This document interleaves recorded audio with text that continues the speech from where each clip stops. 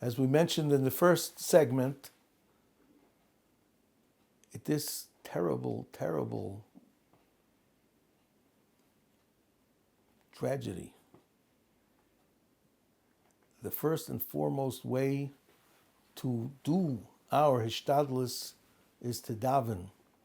Young and old, Tinoike Shel Beis Rabban especially, but every single one of us must daven every day, must say Tillim. You have to take the Tillim that talk to you, the Tillim that you understand. The Shloah Kodesh says that it's better to say less Tehillim with more kavanah. And for those of us who need an English Tehillim, an English translation, that's also fine. Every day. Sometimes it's even better not to leave it for the time when you're going to have some time, but rather set a specific time every day, whether it's after davening or it's before you go to sleep, several times a day to say Tehillim, to daven, and in Rifa'enu to think of all of the injured of Acheinu B'nai Yisrael. The second, not necessarily second in importance, thing that we can do is Limud Torah. The Limud Torah, as Reb Chaim Volozhin says in Nefesh HaChaim, is what enables the world to continue. Pasuk says in Yirmiyah, Im Lo Brisi Yoimam V'Layla, if the Bris HaTorah is not being upheld day and night, Chukos Shomayim V'Oretz Lo Samti. HaKadosh Baruch Hu says the world would not continue to exist. Without Limud Torah, we have nothing. But there is more here. Limud Torah is directly connected. Limud Torah is directly connected to success in war. The Gemara in Eruvin, the Gemara in Megillah, tells of when the Malach came to Yoshua when he was fighting the battle for Yericho. The Gemara in Eruvin Samach Gimel tells that when Yoshua was fighting to capture Yericho, a Malach came to him dressed as an army general and criticized Yoshua and criticized the Jewish people for not learning. And the Alta of Kelm says, for sure the Yidden learned, but they didn't learn with the entire strength, with the entire amelus. And the Malach tells Yeshua, Ata Basi. And as Rabbi Eliyahu Lapyan explains, he came dressed as an army general. If you're coming to criticize Klal Yisrael that they don't learn enough, come dressed as a Rav, come dressed as a Rosh Yeshiva. No, says Rabbi Eliyahu Lapyan. He came as a general because his tafkid given to him by HaKadosh Baruch Hu was to help Klal Yisrael win the war.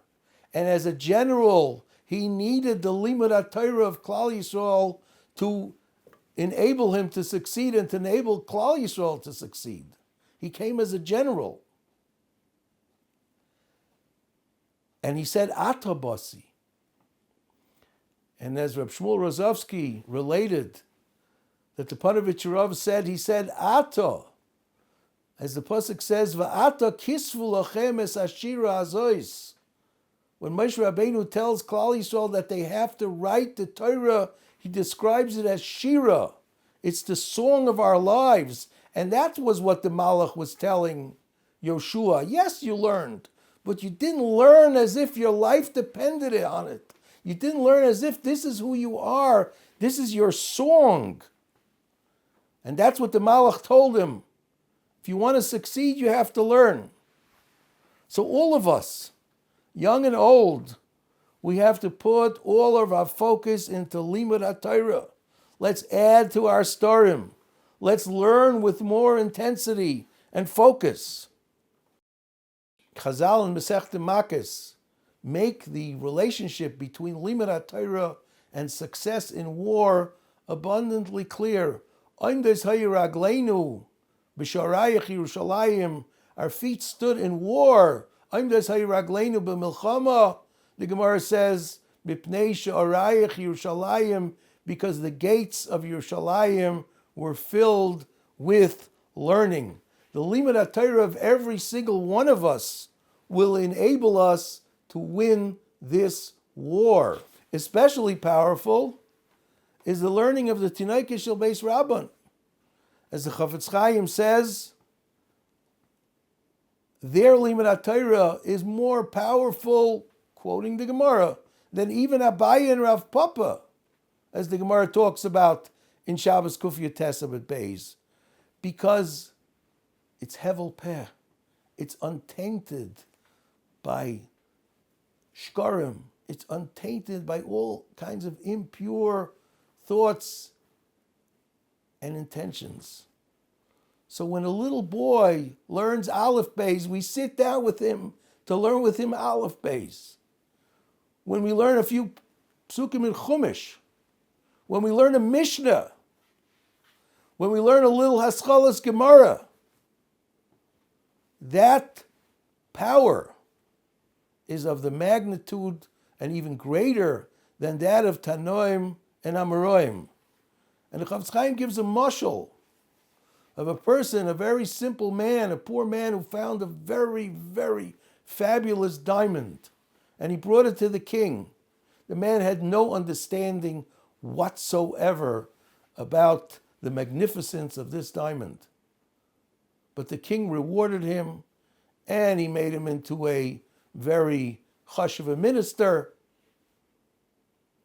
The man did not understand the magnificence of the diamond, but the diamond shined on its own. And the same thing he says, when a simple person, when a tinok, when a child learns a pasuk chumash, learns a mishnah, learns a Gemara, even though he doesn't understand it at the level of Tanoim and Amoraim, the Torah in all its power and all its kedusha and all its sanctity will protect the Jewish people.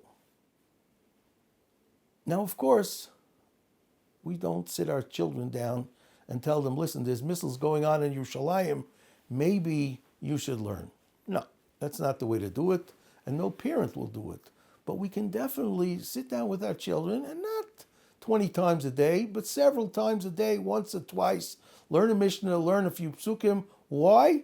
Because there are Yidden in Eretz Yisrael who need a refuah, and there are Yidden in Eretz Yisrael who need a Yeshua. You don't have to say more than that. And the truth of the matter is, if the father is telling the child to learn, and the child learns, that itself is a shmirah for Klal Yisrael, whether or not the child knows why he is being asked to add to his learning. The tefillos of every Jew are effective for all of Klal Yisrael, as the Chassam Sofer explains in the Tshuva, because all of Klal Yisrael, Knesset Yisrael, is like one body. It's like one unit. One hand is davening for the other, and when we feel the pain of Acheinu B'nai Yisrael here in Eretz Yisrael, our tefillos will be effective for them, because in a very real sense, we are davening for ourselves. Yetz Hashem, in the next segment, we will discuss several other things that people can do to help the war effort here in Eretz Yisrael.